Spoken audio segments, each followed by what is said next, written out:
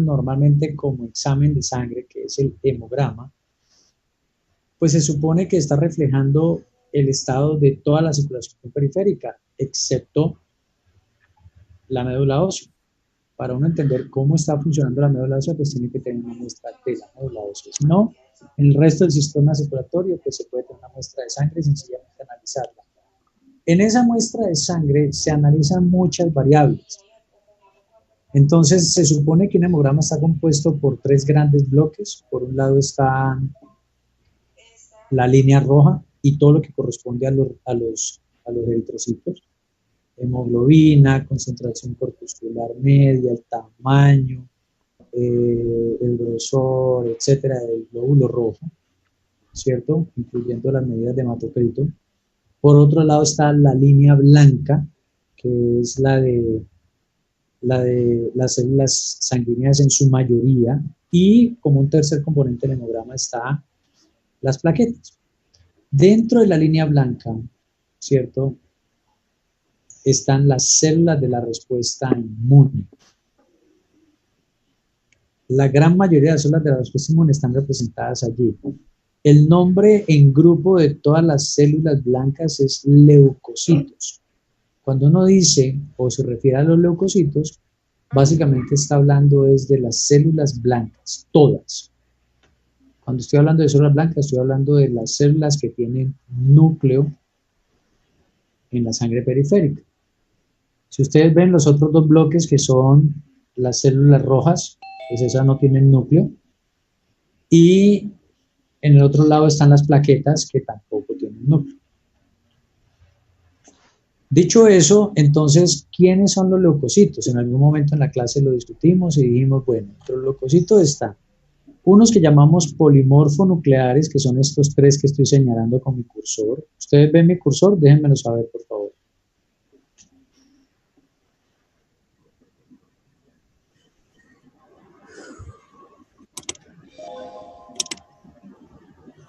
Listo. Entonces, si ustedes ven mi cursor,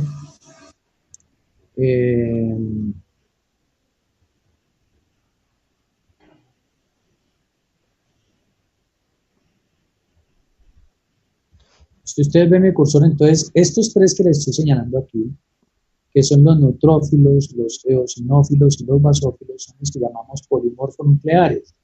Y es muy evidente según estos números que los más abundantes son los neutrófilos, ¿sí?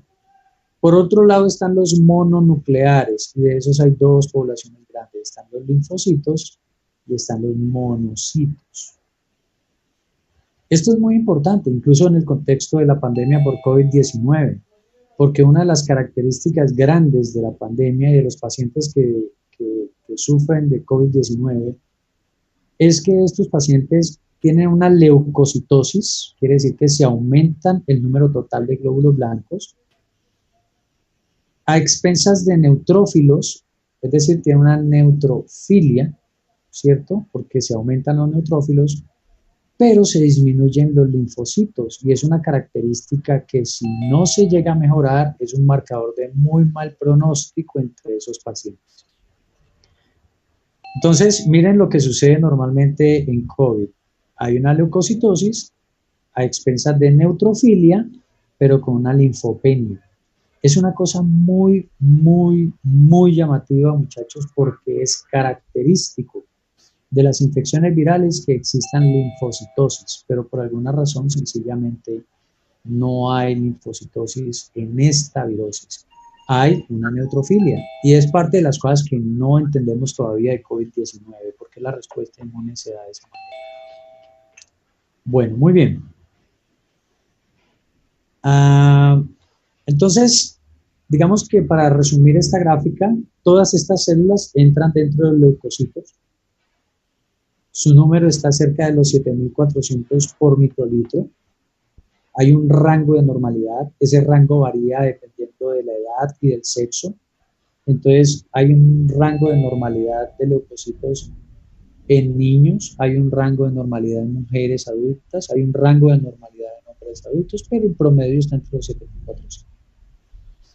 Como para que ustedes se den una idea, por ejemplo, cuando una persona tiene una infección, por cualquier microorganismo, estos leucocitos generalmente se aumentan. Y eso lo que quiere decir es que sencillamente el cuerpo está respondiendo a un estímulo que es la infección. Ahora, ese aumento de leucocitos puede ser a expensas de cualquiera de estas subpoblaciones, pero generalmente el indicador médico son los neutrófilos o los linfocitos, por obvias razones, son los más abundantes. Entonces uno siempre va y mira en el hemograma cuáles están más abundantes, los neutrófilos o los linfocitos. Y lo que se entiende es que normalmente las infecciones de origen bacteriano hacen que se eleven los neutrófilos y las infecciones por virus hacen que se eleven los linfocitos. Eso es lo que sucede. Bueno. Por otro lado, quiero contarles algo. Este aumento de leucocitos en los casos de infecciones puede llegar a ser, por ejemplo, ¿quién preguntó? ¿Por alguien que levantó la mano? Bien, pueda preguntar.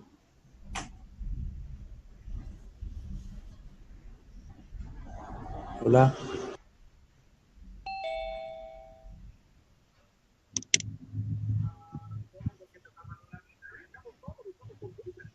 ¿Quién quería preguntar? Profe. Bueno, listo. Entonces voy a seguir, por si no se animaron a preguntar. Básicamente, entonces, se trata de que la leucocitosis por infecciones, ya sean bacterianas o por virus o por otro tipo de microorganismos, hacen que este número se eleve a 10.000, 12.000, 15.000, incluso en casos severos hasta 20.000 o 30.000 leucocitos por microlitro. Y ese número es un indicador de que estamos en una leucocitosis por una infección.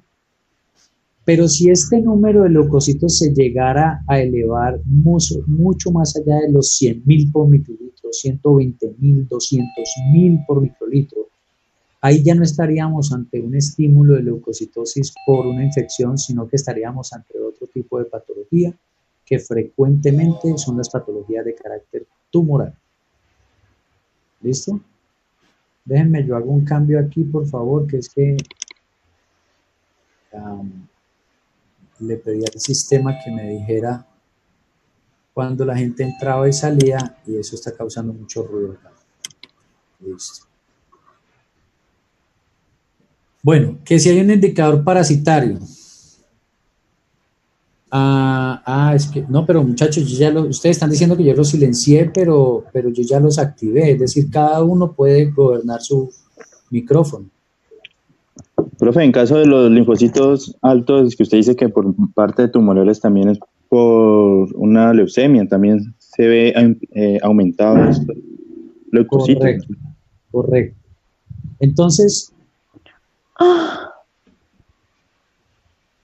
Entonces, lo que sucede es que generalmente, ¿sí ve por qué me toca silenciar? ¿Qué carajo?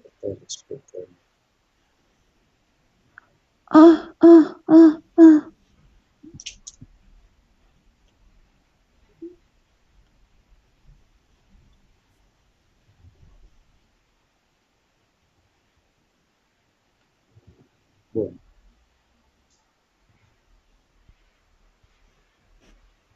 Listo. Entonces, en ese orden de ideas les estaba diciendo que existe un...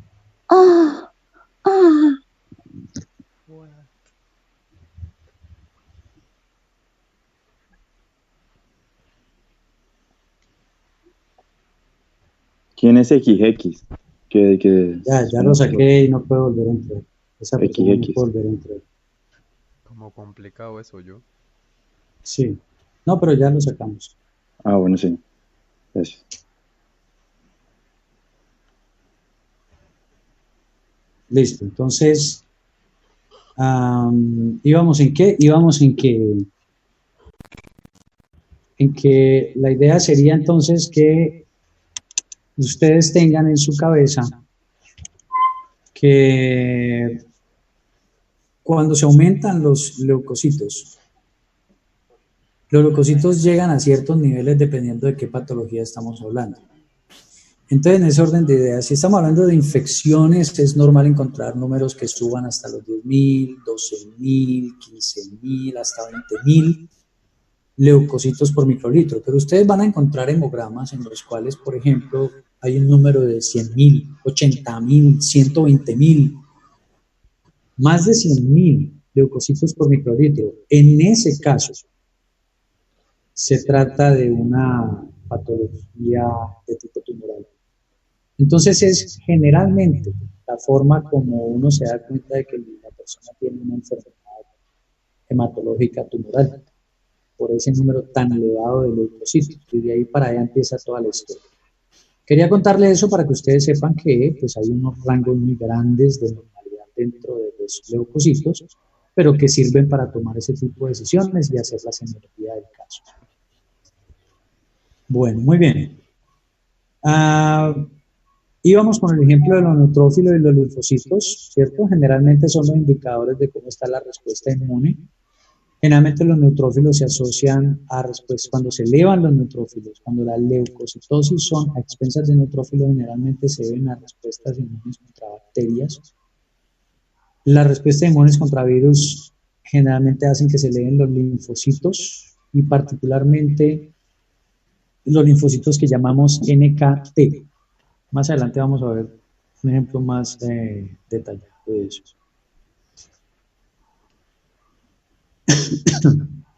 Alguien me acaba de mandar un mensaje, a ver, un momentico, 2:19, no, hace rato. ¿Todos pueden preguntar en este momento o no? Alguien que me hable.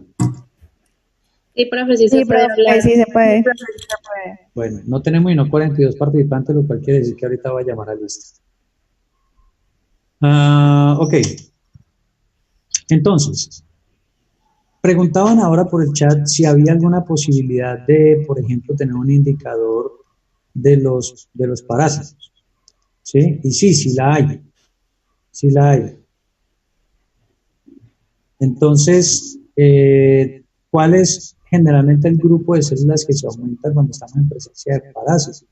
Son estos, los eosinófilos. Pero ahí hay una claridad que hacer. Las eosinofilias, que es como se denomina el aumento de los eosinófilos, se asocian sí a parasitosis, pero no todas las parasitosis. ¿A qué me refiero con eso? ¿Los eosinófilos no tienen que ver con las alergias también? Claro, también.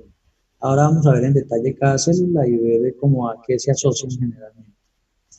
Entonces, le estaba diciendo, los eosinófilos se pueden aumentar en los casos de parasitosis, pero en las parasitosis que tienen fases tisulares. Por decir algo,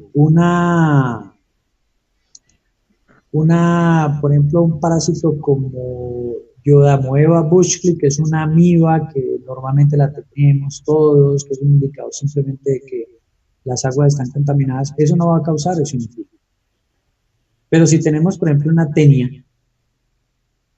cuyas larvas van a lograr penetrar los tejidos y empezar a hacer migraciones a través de varios tejidos, esas sí hacen que se aumenten los eosinófilos. Entonces el concepto que ustedes deben tener es que si el parásito, como médicos, en su semiología, el concepto que deben tener es que si el parásito tiene alguna fase tisular, muy probablemente va a reflejarse como una eosinofilia.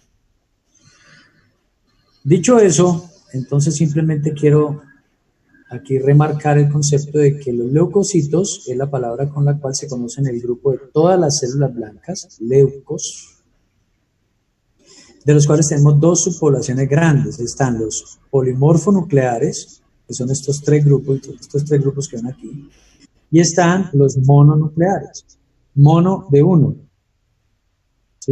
¿Sí? Polimorfonuclear, pues un núcleo de formas diversas. Bueno, muy bien. Estas son las células que llamamos mieloides. Todas ellas provienen del progenitor mieloide común. Eso me hace devolver a la siguiente gráfica, y es que todas estas células, neutrófilos, eosinófilos, basófilos y monocitos, todos son células de la respuesta inmune innata. Los linfocitos no hacen parte de la respuesta inmune innata, hacen parte de la respuesta inmune adaptativa. Hay un subgrupo de linfocitos que se llaman NKT, eso lo vamos a ver más adelante.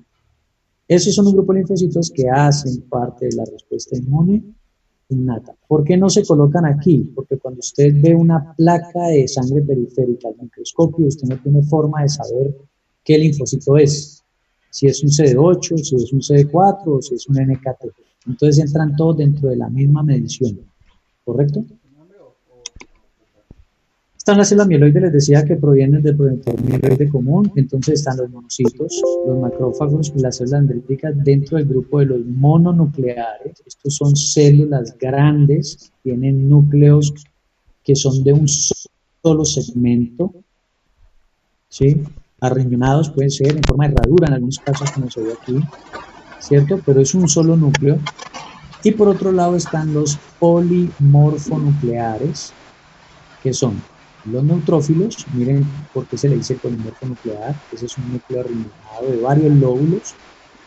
Están los basófilos, tienen más de un lóbulo. Miren, en antes tienen 2 lóbulos grandes.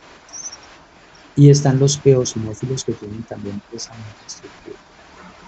Hay unas células que llaman mucho la atención. Estas son las células mastocíticas o mastocitos.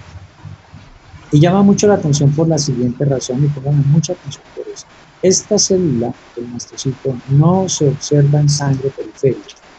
Estas de acá son las células que se observan en sangre periférica y ustedes ahí no ven mastocitos.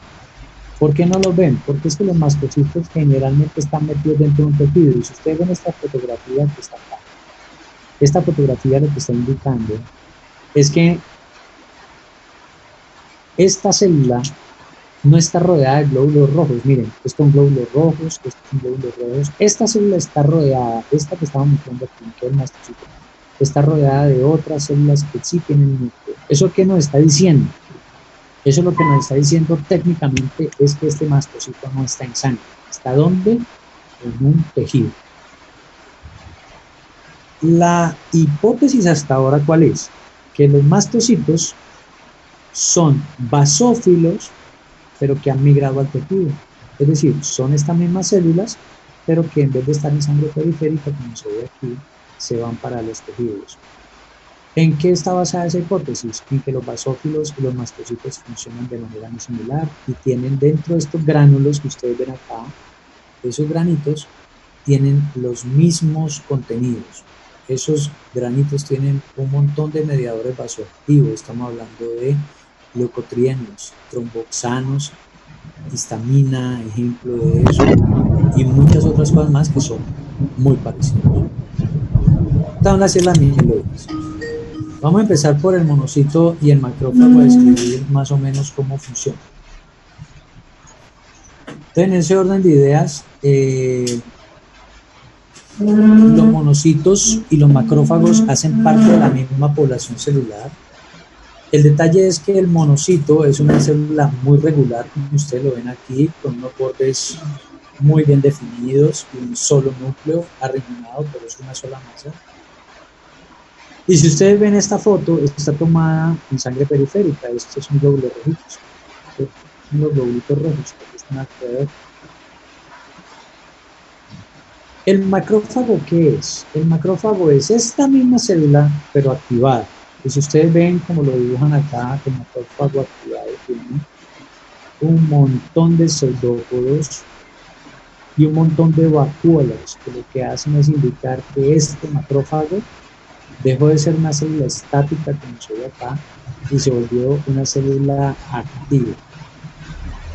Entonces, ¿qué es lo que nosotros entendemos? Que el monocito está en la sangre periférica y que el macrófago, una vez se activa, ¿cierto?, empieza a tener todas estas señales. Todas esas señales. ¿Qué son todas estas señales? Pues simplemente pseudópodos, vacuolas, un montón de componentes internos que lo que dicen es que el macrófago sencillamente se ha activado. Los monocitos conforman el 1 al 6% de los leucos, son una población realmente pequeña, ¿cierto? Están llenos de lisosomas. Estas vacuolas que ustedes ven aquí, estos endosomas que ustedes ven aquí, están llenos de peroxidasa e hidrolasas ácidas. Esas son enzimas que normalmente su función es que el macrófago una vez fagocite, dentro del fagosoma pueda coger lo que se haya fagocitado y liberar todo este lisosoma, todo este complejo, y destruir dentro de la vacuola fagocítica el microorganismo que se haya fagocitado. Bueno, dicho eso, sencillamente quiero aclarar que todo macrófago proviene de un monocito que estaba activado por el sistema inmunológico. Como vamos a ver un poco más adelante, los macrófagos son como de dos clases grandes. Hay macrófagos inmunes y hay macrófagos no inmunes. ¿Y eso qué quiere decir? Bueno, es muy sencillo. Los macrófagos inmunes son esos que se activan a través del sistema inmunológico, y los que no son inmunes son los que hacen vigilancia de los tejidos. Esa es una función que se ha escrito en inglés como scavenger, y en la traducción al español es como basurero. Esos son macrófagos que están en los tejidos haciendo recambio tisular, es decir, fagocitando las células viejas, las células que se van dañando, etc. Su función no es inmunológica, su función es más de vigilancia tisular. Bueno, esto me acaba de avisar que el tiempo se va a acabar. No sé por qué, pero no me deja.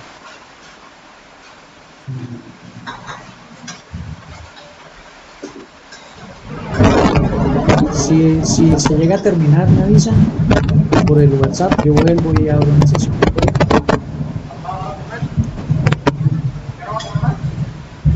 Muy bien, entonces íbamos en el punto de que los monocitos y los macrófagos son una célula. El macrófago no es más que un monocito activado, son una proporción pequeña y están llenos de lisosomas. Esos lisosomas son los que ayudan a cumplir la función fagocita. Una vez el macrófago fagocita, cualquier cosa que fagocite debe funcionar con el lisosoma para, a través de toda esta enzima, dañar tejidos. Estos son los granulocitos, que habíamos dicho ya, que son tres grupos, que son los neutrófilos, los basófilos y los eosinófilos. Los neutrófilos son los más abundantes. De los granulocitos, los neutrófilos son los únicos que hacen fagocitosis, y hacen fagocitosis una sola vez. ¿Correcto?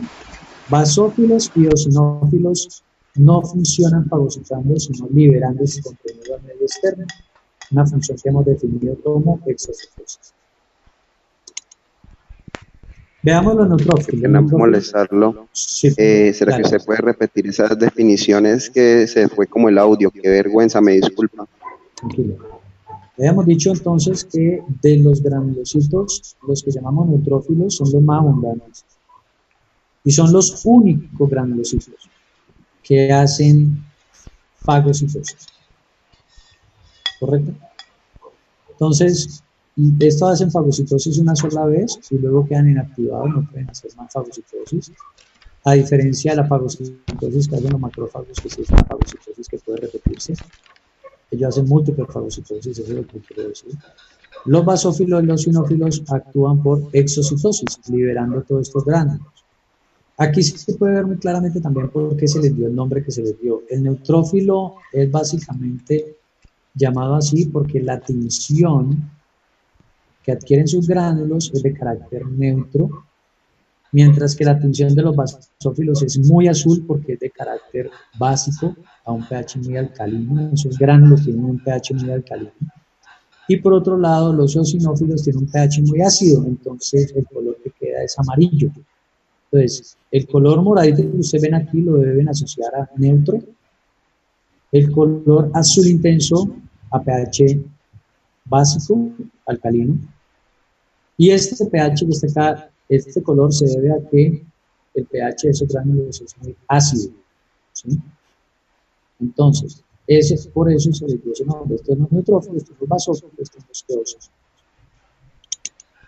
Los neutrófilos, entonces, estábamos diciendo, son polimorfonucleares y conforman el 95% de los granulocitos, es de las células más abundantes en sangre periférica. La vida media en sangre es de solo 6 horas y tienen 2 tipos de gránulos. Unos gránulos azurófilos, ¿cierto? Primarios, así se llaman, y unos gránulos como verdosos, ¿cierto? Secundarios. Miren qué tiene en la superficie este globo, esta célula. ¿Sí ven esto que dice aquí? Fc gamma R3, Fc gamma R2. Estos son receptores para la porción FC de los anticuerpos. Entonces, desde ahí ustedes pueden decir, ¿esto para qué le podría servir a la célula? Si esta es una célula que hay fagocitosis, pues ella podría reconocer la colita de los anticuerpos a través de estos receptores y hacer una fagocitosis similar a la que hemos venido defendiendo o diciendo como, no fue la palabra en este momento. Profe, ¿eso podría asociarse con lo de los parátope, le digo, la parátope, algo así? No. Esto es otra cosa. Estos son receptores para la porción FC de los anticuerpos. ¿Sí?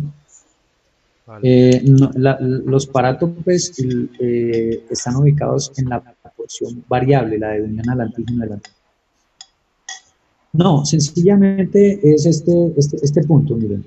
Esta es una célula que hace fagocitosis y puede reconocer anticuerpos que estén sobre algún bicho a través de estos receptores. Estos son receptores para la producción FC de los anticuerpos. Y ese fenómeno nosotros lo hemos llamado como cuando un fagocito puede reconocer más fácilmente un bicho porque tiene anticuerpos encima. ¿Opsonización? Opsonización, correcto. Gracias, me había olvidado la palabra. No la recordaba, qué raro.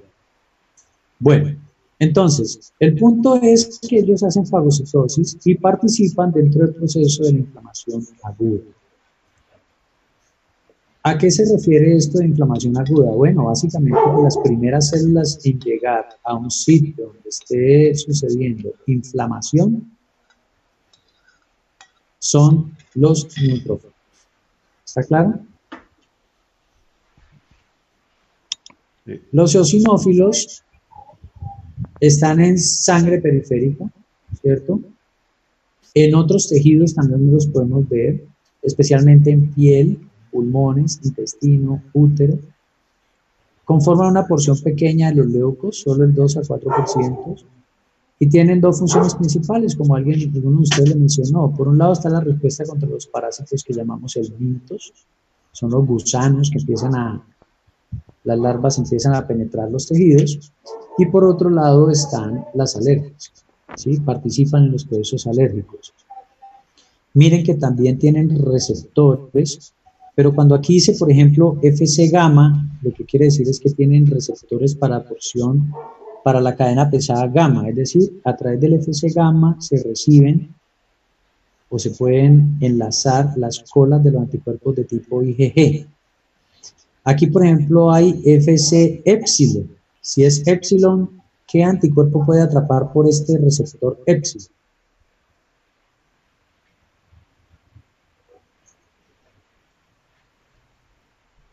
Esta es una gamma y a través de ella se reconocen anticuerpos tipo IgG.